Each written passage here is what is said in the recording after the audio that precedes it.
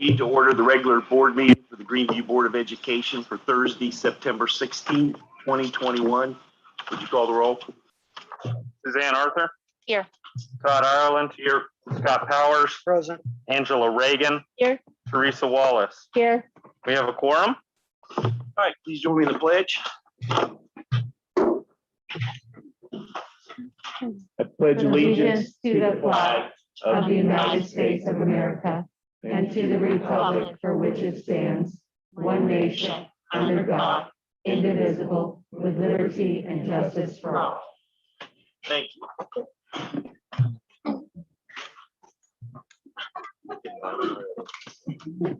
Okay, now we have recognition of invited guests. We have Paul Thompson as a representative of the Greeneview staff, which wants to speak to us. Good evening, members of the board, Dr. Woodruff, Mr. Kraft. Thank you for allowing me to speak to you tonight. I'd like to start with a thank you to Dr. Woodruff and the board, members of the board. Thank you for making hard decisions in times of troubling situations. I know trying to manage a school district in the midst of a pandemic with this current political contentiousness is not an easy path. Thank you for protecting our staff, our students, and our community by making decisions that are best for all the parties involved. While no one wants to be masked, we understand that this situation is allowing us to have the opportunity to continue to have in-person learning, extracurricular activities, and other academic opportunities. We have many teachers who are either immunocompromised or have family members who are immunocompromised. And your decision to put into place a mask mandate has given those teachers peace of mind in a difficult situation. While that gratitude may not always be known outside publicly to everyone, it has definitely been expressed within the school. Several teachers have expressed their appreciation for making our schools a safer place. I would also like to thank you for creating an atmosphere that will allow our students to have as much of a sense of normalcy as possible. This decision will allow more students to stay in school, and we have already seen the data that shows that students will be quarantined less, in school more, and allow for students to stay on track. Isolating and quarantining students has created difficulty for teachers as well. In some instances, teachers are attempting to teach the students who have been in person all year, some who have missed weeks of school, and others who are online because of being quarantined. Keeping students masked and in school will help to alleviate this situation and improve the quality of education provided to all students. The seniors that have talked to me have expressed their gratitude for creating an environment that will allow them to have as much of their senior year as possible, with all of the events and activities that only come once in their lifetime. They are willing to endure the minor inconvenience of wearing a mask if it means that they get their senior sports seasons, their homecomings, their proms, their trip, and their graduation. While none of us know the path the virus is going to take, following the science and listening to the experts will allow us to give these students the best opportunity to have these experiences. Ultimately, I would like to thank you for your strength in enduring the public backlash that has been going on with this decision. I know the direct and indirect criticism you have received has not always been reasonable, but you have handled this situation with the professionalism and dignity above and beyond what should have been asked of you. I have taught here for 22 years, and it's been difficult to hear and see what has been written, posted, expressed by a minority of the members of this community about the school district and the employees of the school district. I would like to think that in more reasonable times, our differences could have been discussed and worked through. But the personal and professional attacks that have been communicated by this minority within our community have been especially loud and hard to ignore. Staff at Greeneview Schools have worked incredibly hard to protect the students of our district, especially the past 2 years. To hear these attacks now, especially during this time, is incredibly disheartening. And our students are watching. They see it. I am told daily about the comments that are posted. I understand that we live in an age of disinformation and some people want to be in a perpetual state of negativity, but our students are watching. What message are we sending them? We should be better than this. In conclusion, thank you for the work that you have done. While I know you will hear a significant amount of criticism, please know that those inside the school appreciate what you have done, what you are continuing to do to make our school a safe place to educate our students. Thank you. Thank you, Paul.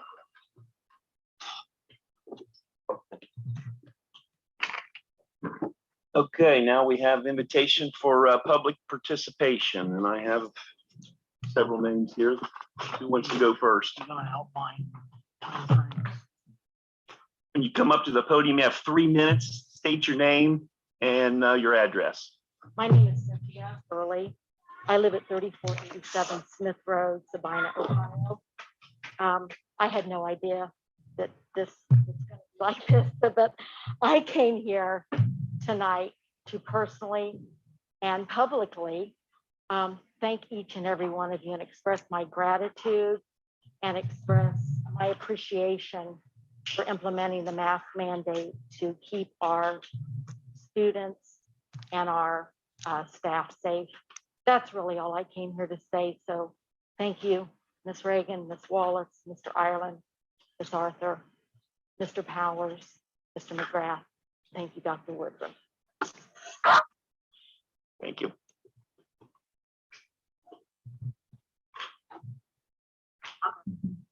State your name. I'm Megan Smith, 70 West Washington Street. So thank you all for allowing us to have this public forum. Board members, Dr. Woodruff, I respectfully disagree with your policy.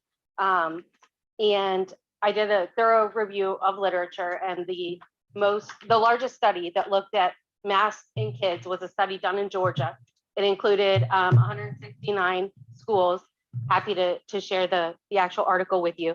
It was an N of 91,893 students involved in this study, and it was one of the only studies that looked at masks as a separate variable from other mitigating measures. And it found absolute risk was lowered, but relative risk for students wearing masks was not statistically significant. With an N of 91,893 students, I don't know how many would have had to be included to show statistical significance or marginal benefit. This is a published study by the CDC, so they just didn't actually include that in the conclusion because I don't think it went with kind of what the theme of the article was that they were hoping to prove. I also did some more research on some of the issues with masks. I've heard publicly, well, there's no hurt in asking people to wear masks. That's not actually correct. If you do a thorough review of the research, it's not well studied, so no one can actually say that. The other thing is, when it is studied, they looked at it in healthcare workers. I'm a nurse. They looked at it in healthcare workers, and they found that misuse of masks was exceptionally high in that group. So I can imagine if it's high in nurses, that probably translates to kids as well. You know, nurses are actually trained in this, and it was found that they were observed 10 minutes every hour over 2 shifts and found touched their face 2 to 3 times per hour, their mask 5 times per hour, and their eyes once per 2 hours. So how much worse are children going to be than that? And then additionally, there's research on headaches being part of wearing masks. So to say that there's no risk to put our kids in masks, I think that there is. Once again, I just respectfully disagree with you. I wanted to get my opinion out there. Switch gears a little bit. I did have a question, actually a couple. I was reviewing the board policies because I think when you disagree with someone, you should try to understand their point of view. And so in board policy 845001, I'm sure you all have that memorized and know it off the top of your head, but that's the protective facial coverings during pandemic epidemic events. And it says, because I wanted to get to the bottom of like where we were coming from here, pandemic plan developed by the district's pandemic response team under policy 842001, but that's not published anywhere. So I was just wondering if that could be made public, because I felt like that would maybe better spell out, you know, who's doing what, who's responsible for what, how this is all going to shake out, who's doing the contact tracing, what our actual plan is. I think that's important for the public to know. Without that being published, it's kind of creating a lack of trust, I believe. So that would be helpful. And then additionally, when I was doing my research, I was trying to review some of the old meeting minutes from 2020, especially, you know, as this started to ramp up. And I noticed that the meeting minutes are all published, but there will be reference to a document that was approved or something that was discussed, but none of those are in there. And so, you know, it's been a year, so you can't look at any of that. So I was wondering, I mean, obviously you probably can't backtrack it, but going forward, could those be added as an addendum or something? Because it's difficult to know where we're going if we don't know where we came from and you can't see all of that. So once again, thank you for your time. Okay, thank you.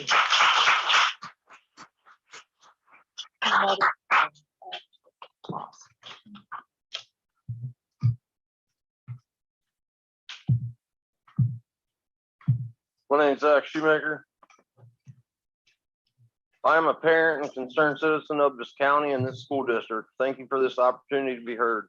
I am speaking to you on the topic of liberty and the duty of this board to immediately act to restore the rights of students and their families.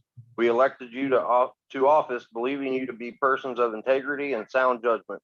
We trusted that you would obey your oath to uphold the law.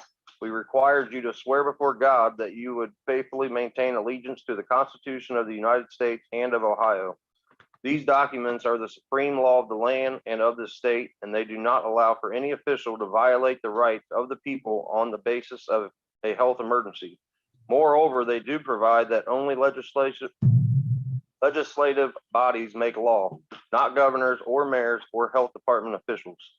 When higher ranking authorities violate the people's liberties by means of order, proclamations, or mandates that lack constitutional authority, the lesser ranking authority, the school board in this case, has both the God-given right and affirmative duty not to obey the superior authority, and if necessary, to actively resist them. This truth is known as the doctrine of the lesser magistrates. The Magna Carta was based on the doctrine of the lesser magistrates. The Declaration of Independence was based on the doctrine of the lesser magistrates. The U.S. Constitution was also based on the doctrine as well. Since executive orders and health department mandates are not law, this school board possesses the authority and the duty to ignore them and to actively resist them. The citizens of this community recognize that this fight is not just about masks and vaccines. It is a fight to restore a moral and lawful order that some office holders wish to destroy. We are counting on you to search out this matter thoroughly, to discern and to do the right thing, even if it means going against those in authority over you. Thank you for your time.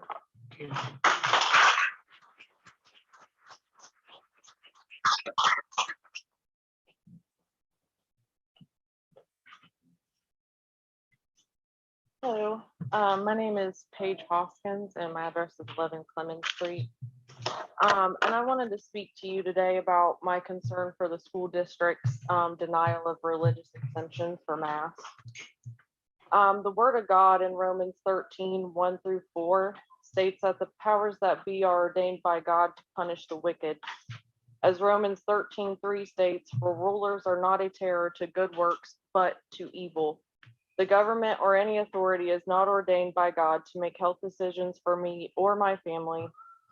God's word also tells us in Romans 14:23, and he that doubteth is damned if he eat, because he eateth not in faith, for whatsoever is not of faith is sin.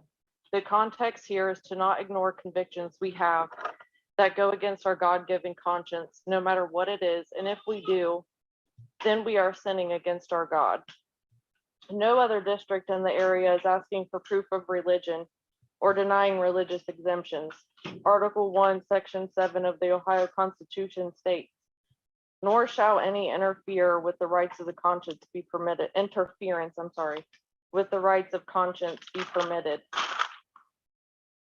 And it also states, nor shall any person be incompetent to be witness on account of his religious belief. And I have read an email sent to a parent regarding denial of their religious exemption that stated, first, you do not establish any religious grounds on which to grant an exemption. You and I agree that religion is a matter of individual conscience. However, I cannot agree that every personal preference can be classified as a religious conviction. Also stated, I am unaware of any religion that forbids the wearing of a face covering. Also, however, no matter how sincerely the belief is held, that individual cannot stand on religious ground. It is a personal preference. So I ask you today, why are you letting mere men and women make the decision if someone's religious conviction to their God is sufficient enough? Who are they to decide what is a preference and what is a conviction? The Bible tells me exactly 365 times, do not fear. So yes, it is a religious conviction for me and my family to directly disobey God by being fearful, wearing a mask instead of trusting my immune system, which was made perfect by our Creator. Thank you.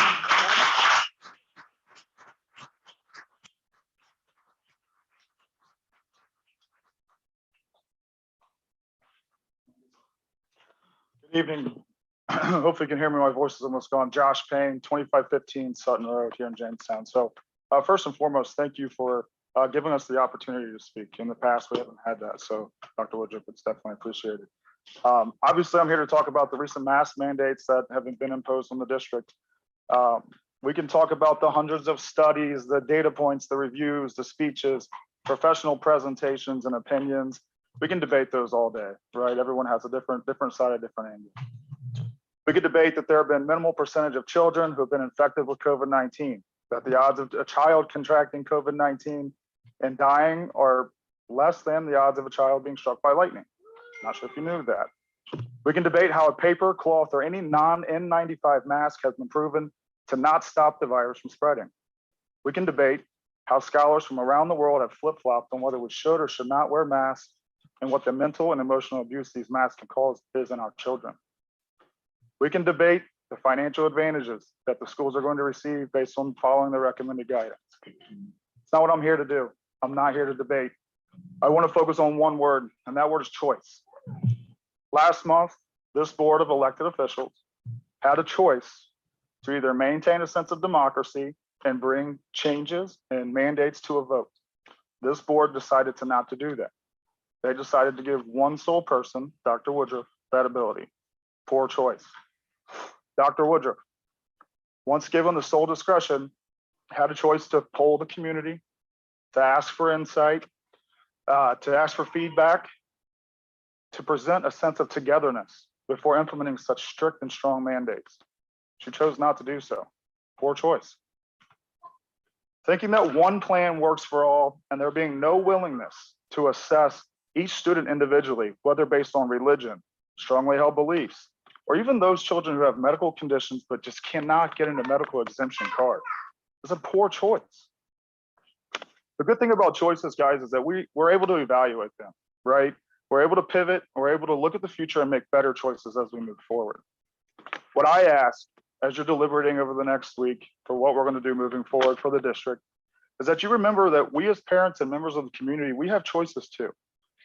We have a choice in the upcoming school board election. We have a choice to remove our children completely. We have a choice to recall elected board members or replace. We have a choice to work in unison with you guys and the new superintendent or against you guys. As parents, all we're asking is that you give us options, that we're not confined to a one-size-fits-all mandate, and that you think outside of the box, like Wilmington, like Waynesville, like the Warren County School District, and provide us with options that make every parent, student, and staff member feel comfortable. Simply put, we're asking to give us the choice to choose what is best for our children, right? Our choice, their voice. Thank you.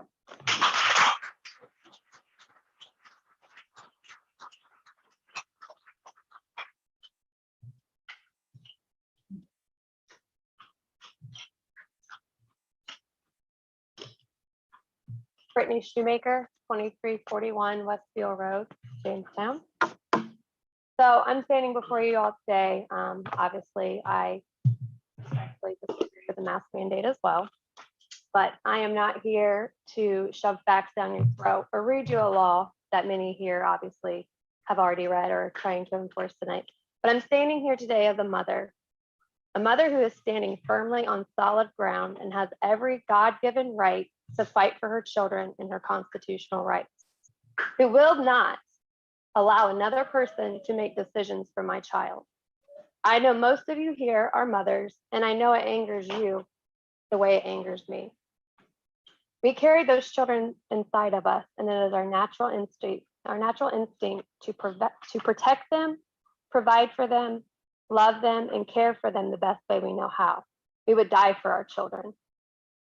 And for someone to try and take that right away from us is unjust and truly insane to think that we would not try to fight for our children. We will not stand for it, and we do not have to. We would give our last breath to save our children.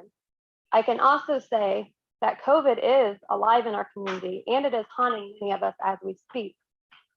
But tell me, what percentage of those cases are actually children? We are begging you to be the change, to stand up for our children and our community. Do not follow suit of all the other school districts in Ohio. Do not worry about financial assistance from the state or what other school districts are doing. You have the power to make the decisions.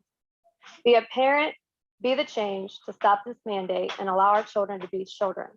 You're taking away so many advantages for our children and endangering them with possible health problems and concerns that will follow them from years from now. So we beg you, be the change and stand up for our children. Let them breathe. Thank you.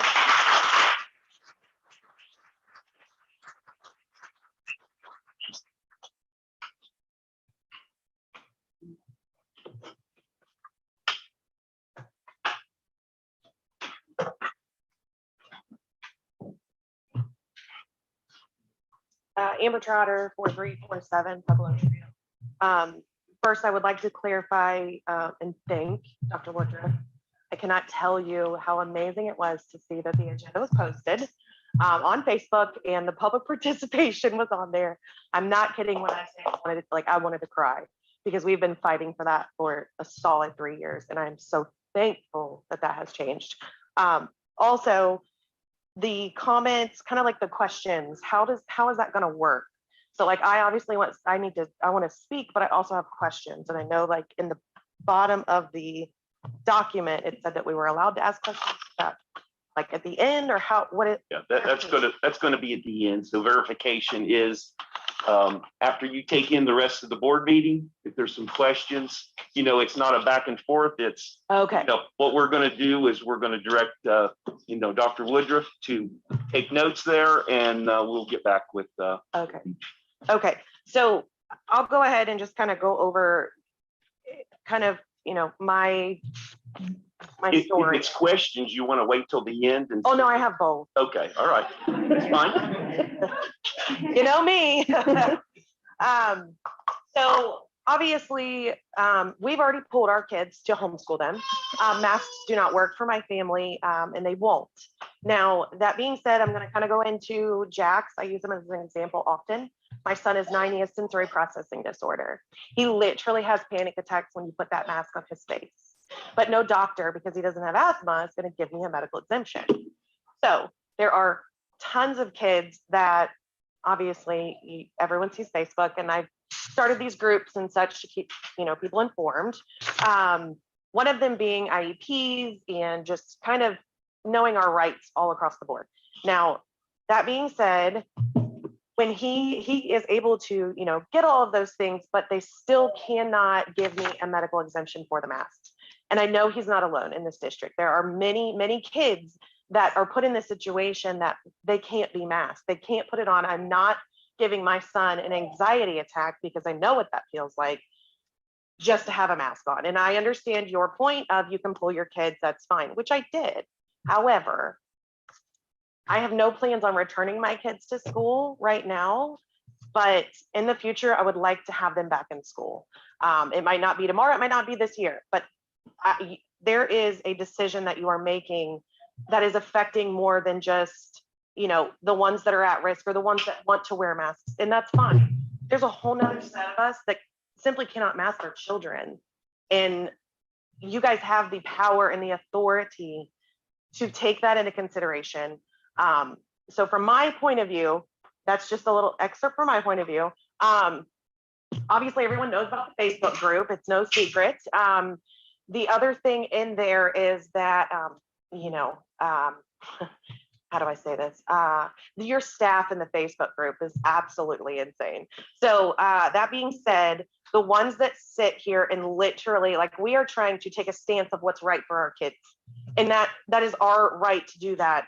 However, and we are not sitting here yelling at you or, making people feel uncomfortable, but you have staff that are doing that, which is absolutely unacceptable for this school board and for this district.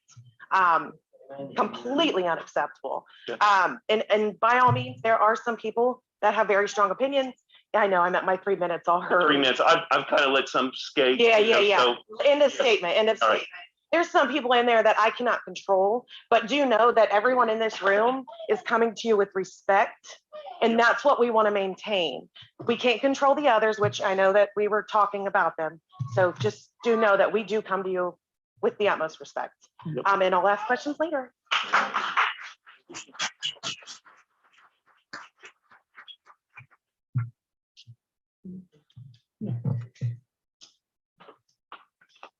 like I had two more here. Hi, my name is Ryan Esau, and I appreciate all of you guys coming out for this task. And I believe it's a choice, but also there's a lot of other things happening in this school district and with athletics and with education. We need to be here as a group for those things too, not just masks. I've been coming to the board meeting. There's 2 or 3 people, and I appreciate everybody coming, but come back and let's make some changes to this school. Let's make changes to the school district. Let's make it the best one in Greene County and go from there. Because it needs a lot of help, and it needs these people that care not just about masks, but about the school. And I know you all care about the school for your kids. Thank you.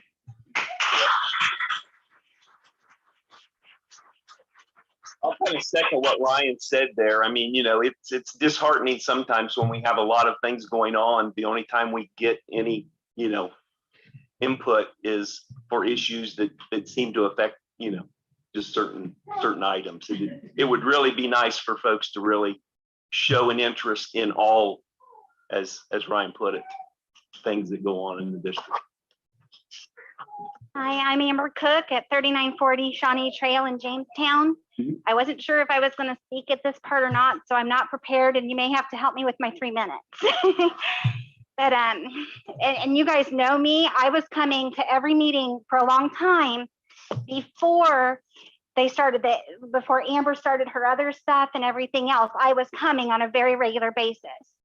Last year, due to my mother's health, I elected to put my son into K-12 because I wanted him to have education through a source that would keep my mother, who lives with me, safe, who has very poor health, but then also allowed him to get his education from somebody who had been doing online for a long time. I made that decision before you guys had decided how you were going to handle your online. So I know that you went with that path, but I was trying to be proactive before all the spots were taken in a different forum. That being said, my son is now back in to Greeneview this year. I put him back in believing that we hopefully wouldn't have to have the masks. My son is high functioning autistic. And so the mask does create panic attacks for him. His psychiatrist did submit a letter that asked for breaks for him from his mask, which was approved. And I greatly appreciate that. And I did work with the principal, and she's allowing him to take breaks, but he is still fearful of getting in trouble. So even though they're allowing him to take the breaks, he doesn't take nearly the amount of breaks that he's been offered, because one, he doesn't want to appear different than all of his peers and be picked on. And he's still slightly afraid that if he goes out of his time, that he could get in trouble. And he is very, very fearful of ever getting in trouble. Anybody who knows my son knows that that is how it is. I also understand the flip side. Just last month, my entire family came down with COVID. My husband was in the hospital for 10 days. He was diagnosed on August 10th. He is still on oxygen. But we still think it's a personal choice. And we don't know that the masks could have saved him or not. He wore a mask when he was at work and in different areas. We don't know where we got it or when. But if that's such a concern, and we know that the athletics needs to happen in the quarantine policies, I would really think that it would be a good idea to maybe offer a virtual option that would reduce the amount of students in the classroom. It lets people who want to not have masks stay in the school district. It allows for the people that do want to be there to have fewer people around, to be able to be more spaced. I really think that virtual option, even, you know, however you can work it out, would be very beneficial. My son greatly missed all of his peers being in virtual. And that's why I won't pull him, because it's more important to him to be with people. It really hurt him. And part of autism is social. If I keep him out, he's not going to get the socialization that he needs. But having so many people in a classroom, I can see where your concern is. But if people are allowed to do a virtual option, it would lessen the amount of students in the classroom. It lets people keep their mask and their religious faiths intact. So I would just maybe consider if there's a way to do that, as opposed to just making it mandatory for everybody. Thank you.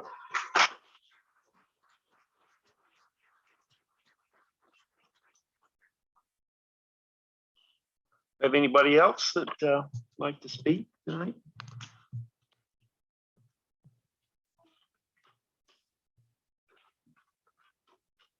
I didn't write my name down, but I'd like to say something. Yeah, you sure can. State your name and your address. Beverly Clark. I live at 5095 Waynesville, Jamestown Road, Jamestown.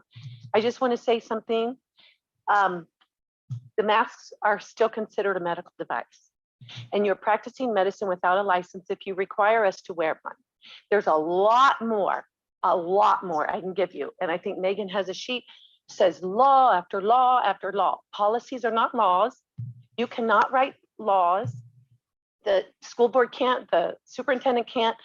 And so when you gentlemen, Mr. McGrath came around and you offered masks, and I refused because I said it's a medical device and you're practicing medicine. And he didn't ask me one thing and he passed me up. So look at that, you guys, we can do that. It's a law that it's a medical device. You cannot make me wear one. And we homeschool our child, but I have grandchildren in the school system. So I am here to defend our freedom in America. Do you all realize that this is just so intense about the freedom and liberty? And we just did the Pledge of Allegiance. And my husband, right when we were done, he says, we just said for the liberty and justice for all. Where is that? We should have yelled it and screamed it.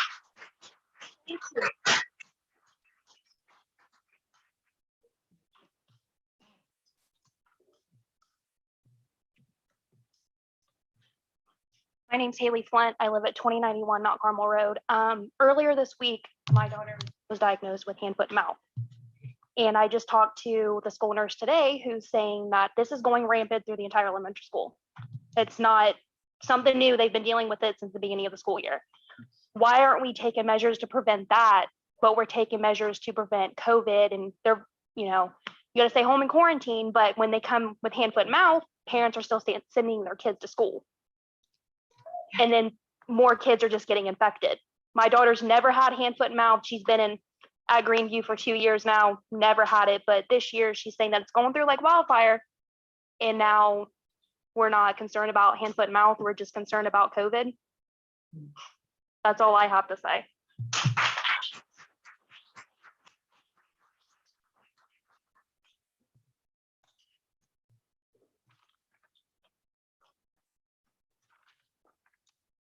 Okay, we don't have anybody else. We'll move on here to, do I have a motion to approve agenda? Any changes to the agenda? There isn't an addendum to add executive session as item 11 for the adjournment. I'll second.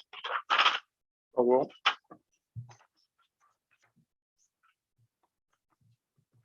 Angela Reagan, Yes. Todd Ireland, yes. Scott Powers, Yeah. Teresa Wallace. Yes. Suzanne Arthur. Yes. Motion passed 5-0. 5, treasurer's report. 1, approve the minutes from regular board meeting, August 19th, 2021. 2, approve the August financial reports. 3, accept the donation of $7,500 to the high school robotics program from the Jamestown Area Foundation, Inc. And 4, accept the donation of $15,000 from the NFL to assist with digital divide. You got for us. Are there any questions about those items? What is digital divide? Yeah. Yeah, what do you- So Thomas has been using that money to, it's to get more internet access for students that don't have internet access. It helps pay for hotspots and then some Okay. devices as well. Like legit NFL? Yeah, like how do we get? They've reached out to us, and the NFL does a lot of nonprofit work. At one point they were a nonprofit organization, if anybody doesn't know that. But they do some charitable work and they work with schools. And that was one of the things they wanted to help with the digital divide. Students that don't have access to computers at home or internet at home, helping districts bridge that gap for those students. Interesting. That's We probably got on the list because of Roland, because of what? because of Roland James. Oh, thank you. Yeah, that's good to know. We have any other questions from the treasurer? I'll move. I'll second. All right, Angela Reagan, Yes. Scott Ireland, Yes. Scott Powers, Yeah. Teresa Wallace, Yes. Suzanne Arthur, Yes. motion passed 5-0. Move on to the superintendent's update. 1, teaching and learning, 2, facilities, and 3, operations. Thank you, Mr. President. I would like to incorporate a standing agenda item every month where I can inform the board and the community on events, initiatives, projects that are taking place within the district. I'd like to categorize that into 3 categories. So at every meeting, you will see teaching and learning, facilities, and operations, so that I can update you on those 3 areas.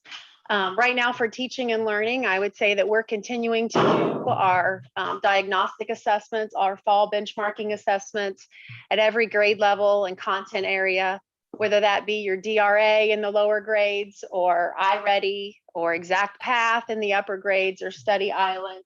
All of our teachers administering those baseline assessments so that then we can inform instruction or intervention as necessary. And especially after the challenging year that we had last year, to really identify the skill deficits that we might have as we start the school year. I've had the opportunity over the last 2 weeks, not to get into all classrooms, but many classrooms. So for me being new, it's nice to be able to start working on those relationships, getting a pulse, getting a sense for what teaching and learning looks like in our district. Being visible, learning who the students are, the teachers are, participating in activities if I can. Certainly very enjoyable for me to start being a part of that work and to be out in the buildings and seeing us in our routines. And, at this point, as much normal as possible. It's good to see students working together in labs and doing some of those teaching and learning pieces that we missed out on last year as well. And now at this time of the year, our administrators are working with teachers on their professional growth goals and what their focus is going to be for the year and the things that they will be working on and, how they will improve and progress in their practice in the classroom as well. So under facilities, I would like to provide an update on, I'm putting together a committee of myself and 4 or 5 other individuals who will be looking at, explicitly coaches also, looking at our athletic spaces, but specifically the field house over here, which of course, as we've heard in previous board meetings, has certainly been a topic of discussion in the district, at least in my short time that I've heard about. So I think engaging the coaches in that is critical. And then we can maybe put together some options, draft some plans internally, and then engage maybe some stakeholders outside of the district, whether that be, parents or others with an invested interest that would be able to look at our work, provide feedback, provide input so that we can move forward with a plan about how we're going to designate those spaces, what kind of work does need to take place to the field house, what makes sense for now. And even can we dream a little bigger? So what can we do now to maximize that space and do some things to improve it? But then also outside of that, what might be some longer term plans? Yeah, sounds like a good plan. Excited about that. Actually, it's been great to have conversations with our coaches specifically, and again, learn about the district and understand where we've been and maybe where we can go. There's lots of great ideas that I think once we get everyone at the table, that we'll be able to come up with some pretty good options. Middle school, so just kind of run through some facility stuff. We're still waiting on playground equipment. It is not a good time to be ordering anything or implementing anything. So we are expected to get that equipment by October 1st, I think is our new date on the middle school playground equipment. So certainly that's been delayed again. We're actually waiting for the equipment to get here. We've also been delayed. That's been some Greene County stuff through getting the tank installed at the bus garage and getting some improved lighting out there. We also hope that that project will finish up soon. Another October date, let me see. So actually the October 1st, I think, was the goal on the tank at the bus garage as well. The high school gym floor is still not finished. So we paint and now we're waiting on varnish. And then even after it's varnished, we'll work on getting the bleachers cleaned up. Our goal is to be able to use that again after the 1st of October. So, you know, that project also took much longer than anticipated, unfortunately. And then we continue to work with whether it be the Daikin software integration or the Mitsubishi systems at the middle school to ensure that they're working at, you know, appropriate functionality. You had approved the REAC service agreement. They are right now diagnosing really what some of our issues are in the building and diagnosing some root causes so that we can also hopefully get our compressor issues solved. And for this month, I would like to dedicate really the entire operations portion of the superintendent's update to COVID and to addressing the mask mandate. Really what I would just like to share is a part of the journey. I think how we kind of got here. I know, and some of the things maybe I'll even touch on that have been brought up today. Again, whether we agree or disagree, at least I wanted to share really the path of how we got here. At the last board meeting, you know, as we heard this evening, you did grant or provide the authority to the superintendent to be able to make decisions about mask mandates, interventions, mitigation strategies, and to be able to respond. I believe the intention for that was so that if we needed to act quickly, if we needed to intervene, that there would not be a delay in that process. And I also wanted to share with the community and also with the board that decisions like that, certainly, although that authority may lie with the superintendent, are certainly not made in isolation. And in fact, if I could take us back to August 27th, I meet with our administrative team every Friday. August 27th, we were feeling pretty good. We had a full week with students under our belts at that point. So we had gone a week and a half. I think a COVID update was always a standing agenda item on our agenda. I think at that time you could count on one hand how many positive cases we had. Again, energy was good. We were feeling like we had started the school year normal, if you will, and we're really kind of happy and proud about that. But before I left the office on Friday afternoon, I had had 2 or 3 cases come to my office that we had positive cases in the district. This was before I went home on Friday. Over the weekend, I believe we had 2 sports that would have been impacted by positive cases and potential quarantines. In fact, I received a personal call from the Greene County Health Department on Sunday evening to let me know that there had also been a positive case with teachers, and that they advised on the procedures that we should take in terms of quarantining students, even potentially an entire class. In conjunction with that particular weekend on Saturday, we received updated health guidance or updated close contact quarantine guidance from the health department, from the Greene County Health Department. Up to that point, we had been following the guidelines from Ohio Health, which had, and I'm using my words, you know, strategically, where many of those protocols were recommendations, and we were following the recommendations. Over the weekend, on that Saturday, receiving the new flow chart, which is actually up here. It was a part of the handouts that indicated that no longer was quarantining a recommendation, but required. Monday morning, I show up to the office and it is evident. I actually don't know what our numbers were Monday. Overwhelmingly, information was coming my way that, again, with the sports, new positive cases and kind of what was going on.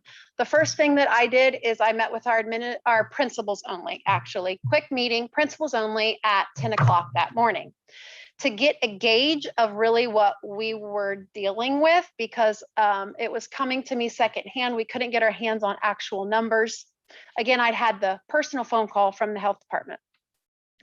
At that point with the new flow chart, if you take a look at the flow chart, I felt like essentially we had 2 options at this point as our positive cases were escalating. And I'm going to put, I am certainly not a medical expert, but with my superintendent teaching and learning hat, I felt like we really had two options when you look at that flow chart. One, we would end up quarantining large numbers of students. Again, I don't have the numbers of that day, but at the time, one of the principals said, you know, based on what I'm thinking, what I think we're working with, this could be up to 20% of our building. Through that conversation with the 3 lead principals, we felt like either we're going to continue to quarantine large numbers of students, or we could mask. Beyond how you feel about the mask, if you look at that flow chart, if you are in a position where your district is universal masking, then you would not have to, they would not be identified as a close contact, and therefore they would not have to quarantine. So at that time, I understand I have full authority, but through this conversation with administrators, we felt like if we want students in school, the goal is having students in school and participating in in-person learning. This was the route that we needed to go. Again, just to demonstrate that decisions aren't necessarily made in isolation, I contacted some of board members on an individual basis to say, I had the meeting, here's what we're looking at. I mean, here's how we plan to move forward. At that point, then it was about strategy of how to get that information out, and how to kind of progress with the plan. What I did not like and I hate about the situation is it did not feel like there was a progression. Hey, we're escalating in a certain building. Maybe we should mitigate here. Or there's this spot that maybe what was happening at the time, especially at our elementary, in addition to hand, foot, and mouth, in addition to the elementary and the high school, it was spread throughout the district. The numbers were spiking. Like there wasn't necessarily a certain area that maybe we could start there. So it happened suddenly and it appeared to happen overnight. And that's because our numbers escalated so quickly. I would have not thought that that's how it would have happened. I would have thought that there would have been a progression. So nonetheless, I wanted to share that journey. I wanted to share the reason for the reaction to the flow chart also that was shared with us from Greene County. I do have some data just to give a general overview and also to, save us some time here. Our numbers have continued to climb. Positive cases last week was our biggest week in terms of positive cases, but our quarantines dropped because we were masking. So even though our numbers continued to rise, this week they have stabilized. They are still not in a place where they are comfortable. We already have a total, approximately our total positive cases are already at last year's year total. I don't know if I said that right, but where we're at approximately is what our total was last year. Our quarantines, we looked at I even compared some data compared to last year, if you want to call it like our peak season, that was somewhere between Thanksgiving and Christmas. Our quarantines have already doubled what our quarantines were at that time. So just to give you somewhat of an idea of really compared to what it looked like last year and a little bit of what it looks like this year, just overall attendance in general at a very, very high level. Again, peak season compared to now, our absences have doubled. However, with the masking, we have been able to minimize the quarantines. They reduce every day. I update the COVID dashboard every day on the website. You can certainly check and see how many positive cases we have, how many quarantines we have daily. So that is out there. I don't know if there was something else I wanted to say about that. I feel like there was one more piece I wanted to share. Some of the other items that came up this evening, also I had planned to share. I know I'm getting a little long here, but some of the things I wanted to address the mask exemptions. Each individual mask exemption, I assure you, was reviewed. One of the things that we did not anticipate is that we would receive such a large number of religious exemptions. And I'm paraphrasing, okay? The form that we used is the form that many other districts use. It did require documentation, whether other districts did or did not, like I can't speak to that. But when we got the large number of religious exemptions, it was also, of course, as you can imagine, I wanted to make sure that we were handling it appropriately. And I did seek legal counsel to make sure that we handled this appropriately. So again, I'm going to paraphrase here, but this is also a situation where the district, with our high numbers of requests for exemptions, had all of those exemptions been honored, for one, we had committed to universal masking. So then we were really no longer in a position where we were universal masking. Beyond that, also it is a bit of a matter of, you're either going to accept all of your religious exemptions or you cannot accept any of the religious exemptions. Once you start to pick apart, well, that's an acceptable religious exemption, but that's not an acceptable religious exemption, you're really in a territory where you're up for segregation, inequalities, discrimination even. So I wanted to put in context the all or nothing approach to whether the religious exemptions would be accepted or not accepted. I would also add that, again, I'm sure there's disagreement on this point, but advice provided to me that outside of, it is not a judgment on a religious faith. It is not a judgment on freedoms or constitutional rights. But at the end of the day, the responsibility of the Board of Education and the superintendent is to provide a safe environment. And actually and that we do have the authority to be able to prevent the spread of a communicable disease and to do what means we deem necessary to do that. Certainly, again, would not have moved forward without feeling like that was done in the appropriate way and with the appropriate guidance to be able to do so. The virtual piece, of course, no option is ever completely off the table. We did discuss the virtual option. Again, I have some data to support this, especially we have some data to support this, that in large, and it may not be all, but in large, many of our students struggled academically speaking. So again, if you look at this through the lens of teaching and learning and student and education, if you keep that on the dashboard, that environment was not necessarily the best one for teaching and learning and for student. And you could even say academically speaking, or even maybe even social emotionally speaking. And so at this time, we have made the decision that in-person learning at school, we feel is the best option. Anecdotally, attendance was poor. And again, we have the student achievement data that is so significantly different from our students that did attend school. Another piece that I did want to address is districts do have received monies for academic loss and for responding to the pandemic. Those dollars have been spent in ways to buy desks for the elementary school because we wanted to spread students out last year. So we needed furniture. We needed certain cleaning supplies that we didn't have on hand. We needed computers, or we needed certain software. We also sought out grant. I mean, there are different. We are not masking, if I could be candid, we are not masking to check a box to get funds. However, those federal dollars that we are getting are in response to how are you keeping students in school and in person.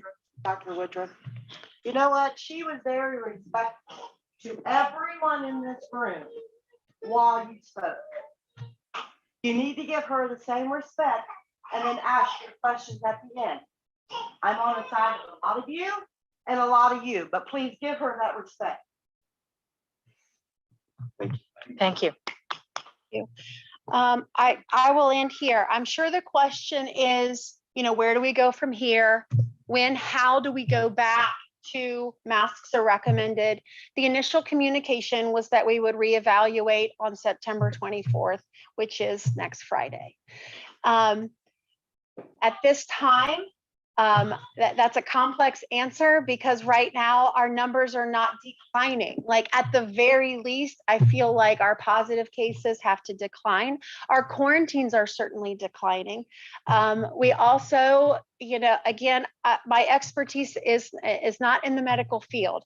So we do take the guidance and rely on the guidance from our local health professionals, Greene County Public Health. We work closely with them. All the county superintendents work closely with the health department. In fact, we're meeting tomorrow, and this is an absolute topic. So I feel like that right now the data feels quite stabilized. And I think that over time, we would have to start to see a decline in our positive cases. What I would propose to the board is we continue to monitor it on a weekly basis. Certainly open for feedback. I hate to put a date on it. It's hard to predict the future. Our numbers could drop quickly and we could be in great shape, or our numbers could start to creep up and rise again. So for me, I would like to suggest or make the recommendation that we just continue. I meet with my team every Friday, that we continue the data's on the dashboard every day. You can see what our numbers are from a community member standpoint, and that we continue to evaluate it and keep communication open. So thank you, Mr. Ireland. Lengthy superintendent's update, but I think very appropriate for the time in here.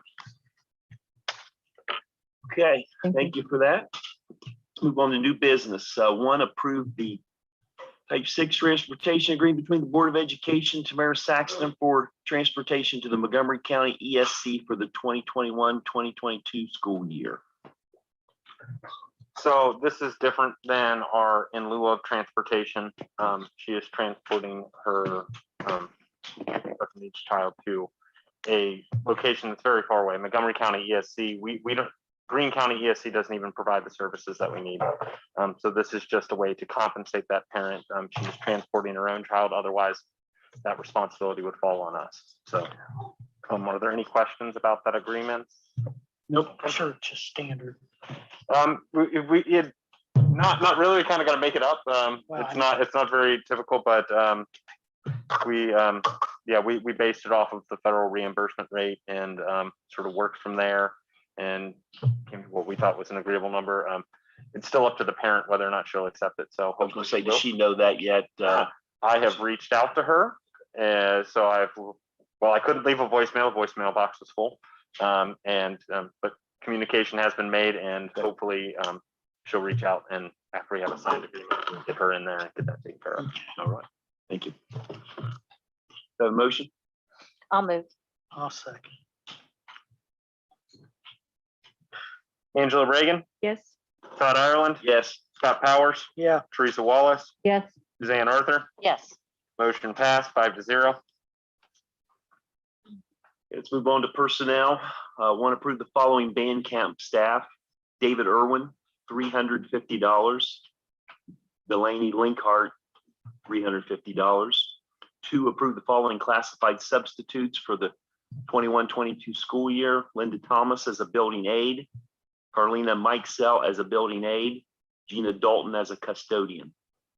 3, approve Brian Heron, bus driver, step 3, effective September 13th, 2021, for a 1-year limited contract for the 21-22 school year. Any discussion? I'll move. I'll second. Call roll. Angela Reagan, Yes. Todd Ireland, Yes. Scott Powers, yeah. Suzanne Arthur. Yes. Motion passed 5-0. Forgot Teresa. Oh. Teresa Wallace, my bad. Yeah. Okay. Checking in. Okay. Okay, next we've got, this is for discussion only, seeking public participation in regard to the American Rescue Plan Individuals with Disability Education Act, ARP IDEA funds. Okay, so this is a requirement for this federal grant that we ask for your input. We have a plan for the funds. Our wonderful grants coordinator, Bill Hayes, also the elementary principal, has plans for the funds. We've gotten these monies for the last couple of years. This is a new requirement. So if anybody has any ideas, you are welcome to speak now. What is this? What do you understand? Okay, this is a grant. We get several federal grants. If you looked at, you looked at a Fin Sum at one point and you saw the 500 funds. This is a 500 fund.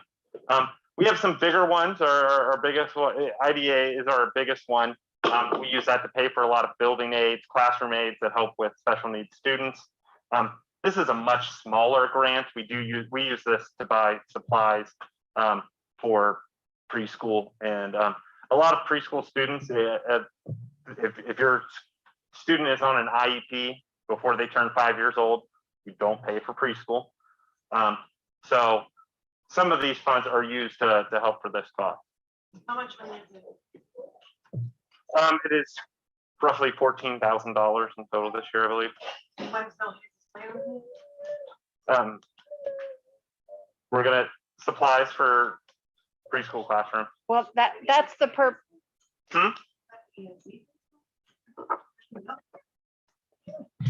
Amber, I'll follow up with you.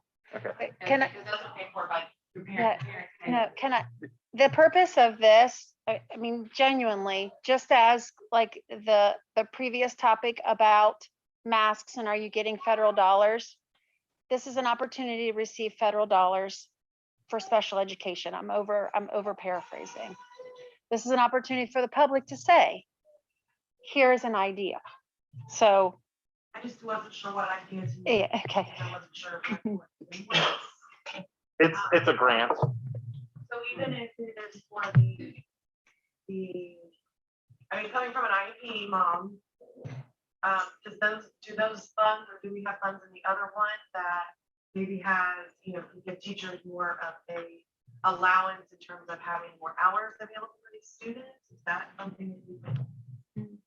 So that's an idea that we would take. I mean, that's the purpose of this is feedback for ideas. You're talking about like tutoring for special needs students? So like, for instance, Jax would get, he would get so much of OT or so much of speech, or what, like, could it be possible to pay our teachers even more to be able to extend those times for them? So that's not a teacher, that's a service that we purchased from the Green. But we do use grants for some of those services. Yeah. Do we use this grant, or is it like a? Yeah. So grants come with, they ask for people for ideas, but they come with a lot of grants. Yeah. So that is not what we have used that for in the past. Also, this grant, a lot of times grants are to supplement, not supplant. So we can't use it for money that we're already spending. We have to spend it on something new. Okay, so this comes up again, just as a parent hat here, is it possible to say, okay, could we have Bill Hazen's plan, because I know what he's doing, then I can come back, give me at least a week to be like, yeah, you know what, I got this great idea. That'd be awesome. Okay. Yep. Or even more so, is there, I know that there are certain rules and regulations, obviously, right? Is there a way we can get it out to the public if you're asking for public input? What are those rules and regulations so we can come up with better ideas? Yeah. I have a child on the IEP who last year when they were required to scheduled by the school did not get a single minute of her IEP that is she is required to do by law. So that might be something that you guys look into, if you can use that to make sure those kids are getting what they need at home. I even reached out to her, the IEP in court, and asked him like, hey, what are we supposed to do while she's home? And I got a very vague, like, I'll have her IEP person touch base with you. Not a single time did she get any of her IEP minutes while she was home. So I don't know if that's something that would be something new, is to make a plan for what we're doing when these kids, when they're quarantined or they're homesick or whatever, that they're getting their IEP minutes. The big stuff out in thought exchange. Okay. Okay. Thank you. Yep. Okay, now we're coming to this portion here on the comments and questions. So we've had a little bit of discussion about what this looks like. So when you come up there, you know, we don't want a laundry list, but if you've heard something during this meeting, this is the time you can kind of maybe get some clarity.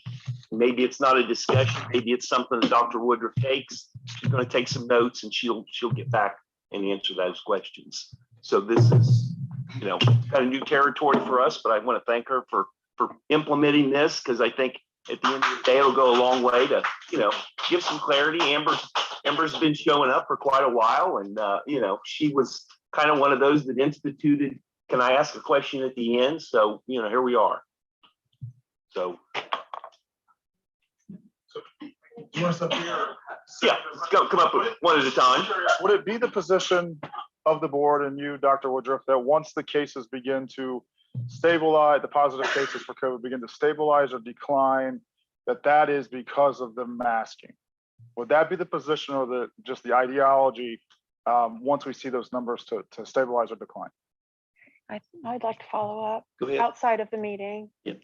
I'd like to follow up outside of the meeting. Okay. And respectful of time. So Sure, it's fine. I have your information.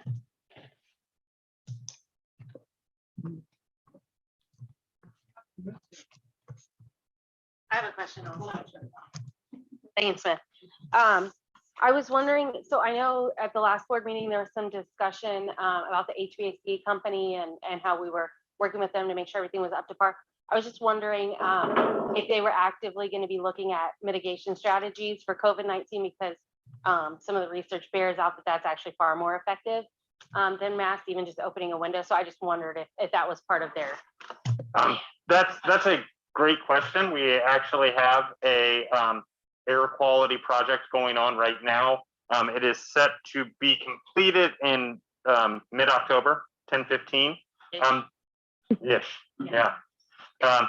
You get into the theme here. It's a lot. It's hard to get anything done on time. So that is an air quality project.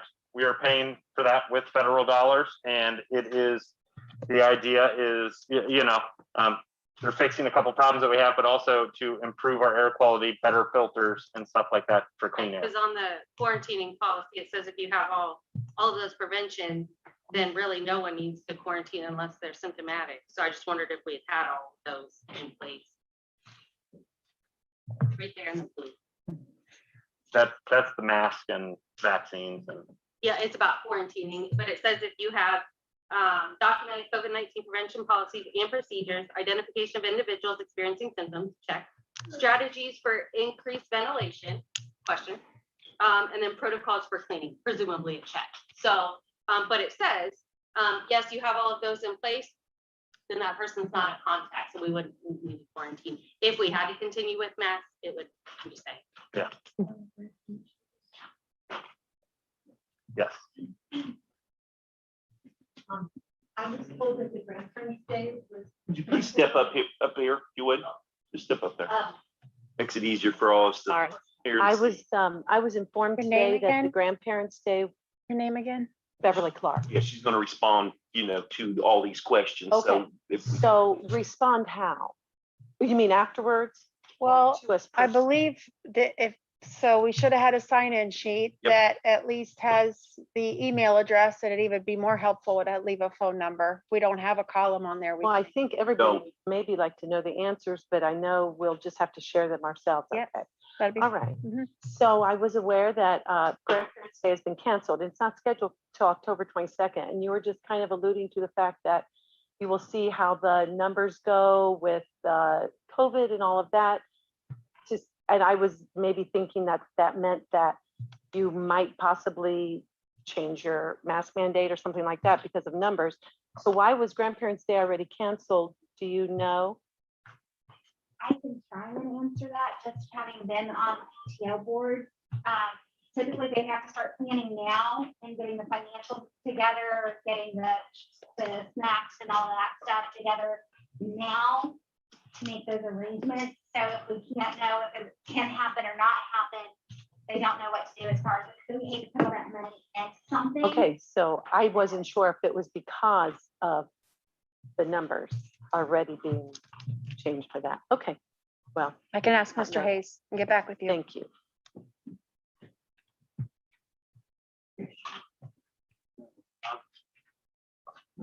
I really didn't want to do the whole meeting thing. I just was going to let you know that I've talked to you several times in the last few days.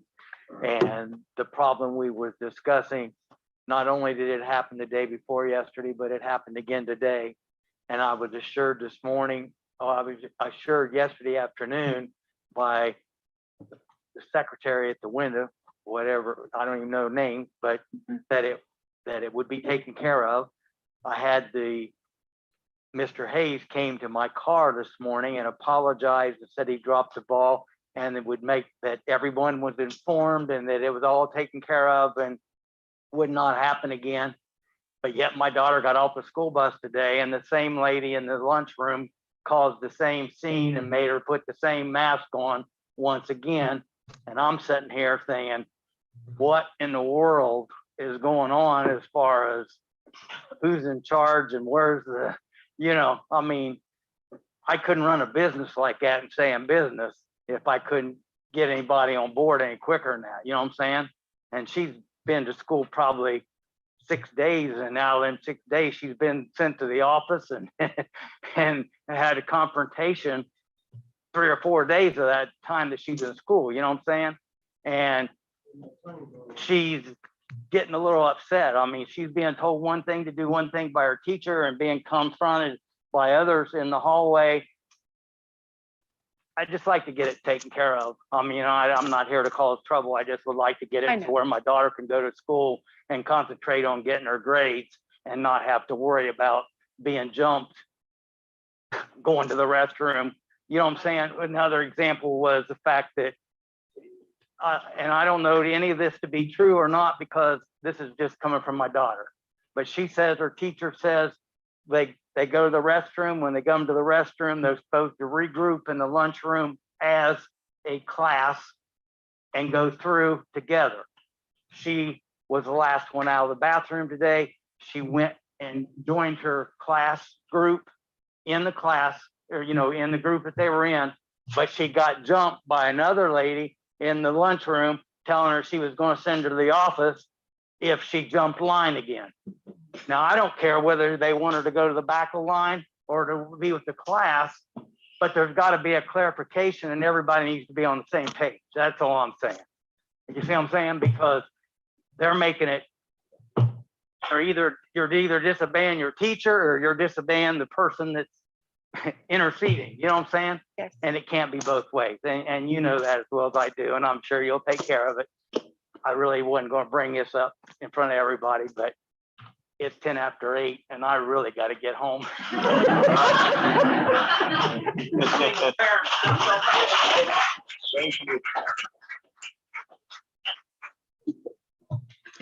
I have a quick question, Melanie Cummings. I was wondering if as parents, I have a child in every single building. So I would assume most of us have the same question. Can we get clarification on when our children are and are not required to wear masks? I found out last week, I don't know how many people know, they were requiring our kids to wear masks in gym at the elementary school. So I made a phone call, spoke with actually just the school nurse because Mr. Hayes never returned our phone call. But basically I want to see where public health mandates that because I am chairperson for the soccer program here in Jamestown. So I've been in very close contact with them as well about how we're handling soccer. And I know that we were told that kids masking during active activity is not a great idea. So I really am not okay with the kids wearing masks during gym. So my question is, as parents, can we get really clear clarification for when you are asking them? I also know that our 8th through 12th graders are going a whole entire day with one mask break at lunch. So they don't, even teachers like you guys get between classes, they get their planning period, they get their lunch period, but we're asking these 8th through 12th graders to wear masks for 5.5 hours of a day with no breaks, and they're getting detentions if they take their mask down to take a quick breath. And I'm not trying to be bad person here, but he sat here this entire meeting without his mask on. And we have kids in our schools getting detention for taking a breath. Melody, what's your last name? Cummings, Cummings. Thank you.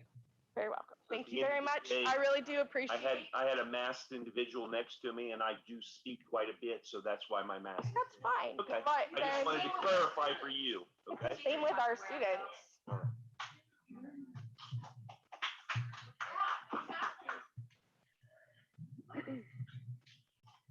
Amber Trotter again. Okay, so there's a pilot program going in Warren County. There's a couple others, but I don't have them written down. So I guess why can we not be a part of that? Or how does this stand with our I'll board? find out about that pilot tomorrow at the superintendent's meeting. Right now, it's not even open to us, but we are staying, we're staying up to date on that. And of Okay. course, again, all options are on the table to reduce quarantines and keep kids in school. Okay, May I say something as well? Amber, just so you're aware, we had the same conversation at the Career Center because Dave Deskins asked the same question. So I'm sure that tomorrow in their superintendent's meeting, it will be brought up more than once okay. because he is very interested in finding out about the program and what it entails and how we can be a part of it. It's a pilot program to where they aren't masking or it's optional, I believe. And then they have, they're basically like running the data and statistics on quarantine numbers, but it's not for just a week. It's like, I don't know that, I should know the exact ones and I don't know the exact date. But they're piloting to see how it compares to districts that are masked. I believe it's the Warren County Career Center is who's doing it, right? Yeah. It's All of all, Warren County. Oh, it's all of Warren All County. of Warren. Okay, we spoke specifically about the I don't Career even know Center. if they've started yet. We'll Okay, stay on top of it. okay. What was my other question? Oh, the NFL thing. Who gets the hotspots?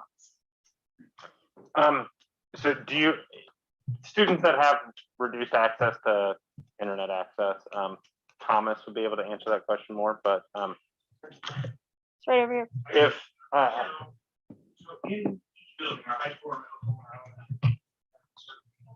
Should get him up to a microphone.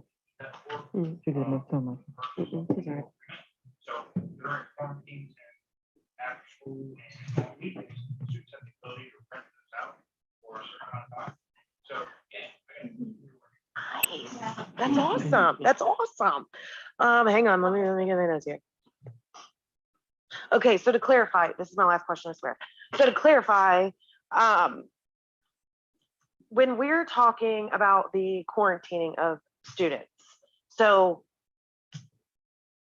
I guess so the comment was made that when all of these religious exemptions came in, and then that was basically not going to take the route of the universal masking policy or thing we were instituting. So when that happened, do we have like concrete numbers that say, okay, so there was this many medical exemptions? Or actually, let me back up. Are you approving medical exemptions? I'm not going, that is one of the choices. So that conversation is between me and the individual that would have a medical request. Okay. So when it comes to medical exemptions, what did the lawyer say? Can it be from a chiropractor? Does it like matter? Is there any stipulations that are with the form? Put it Case that by way. case with a case by case. Okay, okay, I'll work on that one.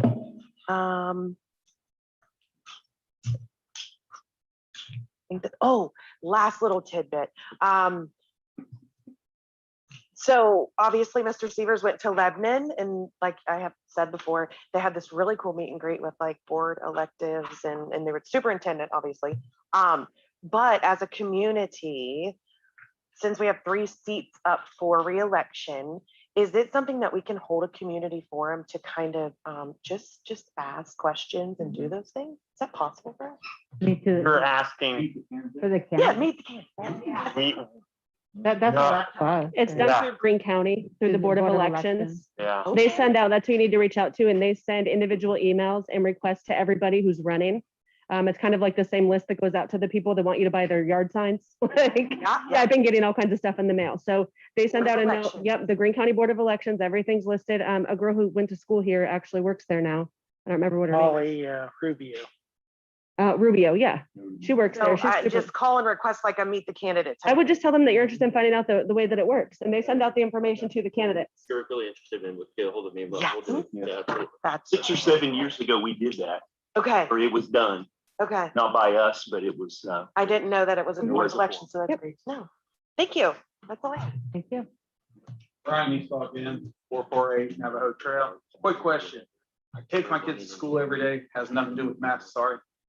But the cops aren't out there when at 7 o'clock, they're not out there. Like, what's their contract? Because I see them going down the road when I'm leaving the school, Which building are you talking? high school and middle school. If you're talking about the resource officers that we have, No, I'm talking about the ones that sit out there and patrol, make sure people aren't going too fast, keep people going slow. The lights are on for the crosswalks and stuff. so the only stuff that we have contracted is our resource officers. So they're just doing that voluntarily, but you might want to call them, ask them to get there, maybe 6:45, Um, help with traffic, different things. We've done. Have fourth graders that are crossing that street Mhm. You know, at a very, very busy time. That's not allowed busing in that area. the crosswalk sign is great, but someone should be out. We do have an open position for a building aid and cross aid, 7.5 hours a day for that. And nobody responded. Volunteers. Yes, a volunteer to be a crossing guard for our kids right there at the high school. Trust me, us bus drivers know it's a nightmare. Instead of it being a paid position, I know, I mean, when I was in school, we had safety patrol. Mhm. Like, is that not an idea that we, for NHS students, as volunteer community service hours? Utilize our students, and those are model students as well. Instead of it being a paid position coming out of our funding. I think that's a good idea. I would not recommend Lauren. Your own daughter? No. any other questions? Comments? Sorry. My name is Patty Oaks of 12 North Buckles, and I just moved a year ago and started coming to the board meetings last year when there were only, yes, about 6 people. And I appreciate tonight that when you were voting on things, that everything was one at a time. Because one of those board meetings last time, there were several things with the gym floor and whatever, and it was all lumped together. And I think it's good for the public to know what each person is voting on separately on each item. So my question is, can you continue to do that, please, and have each item voted on separately? We voted on, we vote by section, and that, So like, there's 4 items. yeah, like there was 4 items on the treasurer's report that was voted on at once. Okay, well, then if it could be, the question is then, could it be things that are important? Well, maybe you said they're all important. So there have been times in the past where items of controversy have pulled out and been voted on separately. So that, you know, if there's any anticipation that a board member might vote no on any item, then it is usually voted on separately. Okay, well, and that's the other thing with, from the public, if we have comments first, before anything is even, I mean, how do we know the agenda was there, but you know, some of the things are hard that we don't know exactly what, you know, is gonna be discussed and all that. The other thing is with you talked about the health department requiring quarantine and all, but the health department doesn't really have authority over you. So I'd ask that you would not necessarily go with that. And then my last question is, heard a lot about how many cases we have of COVID, but my question is, how many deaths have there been in the Greeneview School District? We've had no deaths, obviously. And that's wonderful. But so could we go more by that? Because kids and teachers are always going to get sick, like we talked about with the hand, foot, and mouth. I mean, there's so many things. Or is this going to be, but we're going to continue to say you need to do more and more to stifle everything? And for the kids, I mean, as far as you said last year, not being in person, it wasn't good for their learning, but neither is the mask. When they can't hear the teacher, they can't see what they're saying. I mean, listening to you guys tonight, it's hard to tell what you're saying with the mask on. So it's just, we just ask that you really consider some more of those and consider the deaths instead of the cases. Thank you. Thank you. Any other comments? Questions? Brittany Shoemaker, 2341 Westfield Road. I just kind of wanted to comment a little bit more, maybe, and also ask a question as what she was standing here saying. You know, I know that you guys are trying to do everything that you can to implement, obviously, the safety of our children. You know, are we doing classes outside? Are we taking any of those things into consideration? Because I have not heard of any of those yet, so I just wasn't really sure if that was something that you guys were providing at this time. I can follow up with other things that were other mitigations that we're doing outside of masks. I'm happy to do that. Thank you. Thank you. Thank you. Question. My name's Joe Penny. It's involving the agenda ultimately. I understand you're going with the consent agenda. If, like many other districts do, you can go ahead and list the items that you're voting on. So that way they're at least listed. And then that way you can still vote consent, but it's very transparent. There's no reason not to have it that way. The other question I have is involving the open communication, public communication overall. Could you ask the attorney a question regarding asking for people's addresses? Because that's actually illegal. So I just wanted to ask those I have to questions. provide my address when I get an election. That's fine. For school board, it's. for Okay, school. so all the letters I've gotten to my house and the email correspondence, that's okay because I chose to be on the board and chose to be harassed? Could you do me a favor and ask the question to the attorney? If the attorney tells you keep doing it, please keep doing it. If they say not to, please stop. That's to protect the school. So, thank you.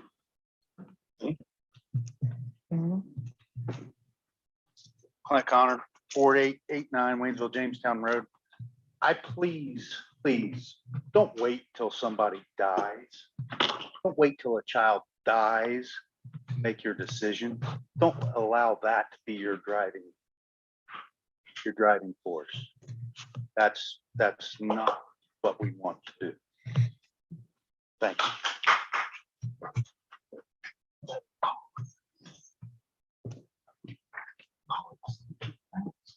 Okay, just before I get to everyone, 1 second. Just quickly, and sorry for taking up too much time. As you've mentioned throughout the meeting tonight, it's been primarily about protecting the children. So I would, if you can, over the next couple of days, like insight and to get a better understanding as to why parents attending indoor events within the school, such as a school board meeting or a volleyball game or a basketball game, are being asked to wear a mask. Because your job primarily is to protect the children, not the adults within the facility, is what my understanding is. So if you can just provide some more insight on that, it'd be appreciated. I can do that. Sept 2341 West Beale. My oldest son is a teenager. He's 17 at the career center and walked himself to the office and signed his own exemption letter. What's to stop that from happening here? But in the state of Ohio, once you're 15, you're allowed to make some of your own medical decisions. So why can't they do that here? It's not the protocol. I can follow up with you with the protocol. And my request would be with the flow chart, we're using that to use the mask. So I would like a flow chart in the future for mental health, individuality, depression, and anxiety to see what the lasting impact of this decision is causing. And what is the goal number to get rid of the mask completely? I know you mentioned something like that, but what is the goal number or percentage? Is it 1%, 10%, 50%? I know I don't expect an answer right now, but is there an end goal for the total end of mask? Thank you.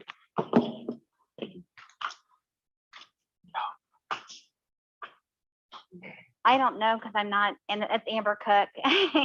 And I don't know because I'm not in this situation because my son plans to continue to attend and that sort of thing. But again, back to the options of like virtual learning and stuff, I understand what you're saying about how kids didn't learn as well. And I know that their test scores affect the amount of money that we get as a community for education. And I'm not saying that's the reason why, but for parents that have such a strong conviction, whether it be because they do feel the religious beliefs or for whatever reason, it would be nice for them to have an option that's not just either withdraw my student or has to wear a mask. I mean, even if they just do the education the same as the quarantine kids, if a parent is that convicted that they'd rather sacrifice their student's education, that is up to them. And some students do thrive and others do not. And so I think that does need to be kind of an individual basis, even if it's just the quarantine work that just, and maybe you're not, I say, I don't know, because I'm not in this situation. I don't know if they're being penalized for their children not attending and truancy or anything like that, just to give them that option. Because it's still better to have some education than not any option at all, or having parents just doing it, trying to struggle through homeschooling because they have no other option and they really do have that conviction. Just an idea from both, trying to see both sides of the fence. All right, thank you. Megan Smith, I just wondered, what is our source of data? Are you looking at Greene County numbers or like local within the school district numbers? Follow up with you, Megan. Oh, okay, great. Okay. Thank you. We're going to go into executive session now to consider the employment and compensation of a public employee or official. Have a motion? Move. I'll second. Overall? Angela Reagan, Yes. Todd Ireland, Yes. Scott Powers, Yeah. Teresa Wallace, Yes. Suzanne Arthur. Yes. Motion passed 5-0, going into executive session at 8:31. Sorry that you got this. Okay, you know where I live, just down on South Charleston. I know. Angela Reagan, 350 South Charleston. Okay. Thank you. Oh, attendance on a sheet. Okay. That, It was already collected when I got in here, so I went ahead. Send to sign it. this is, we're going to Do need you want me another to start one. a new one? Yeah, Okay. good.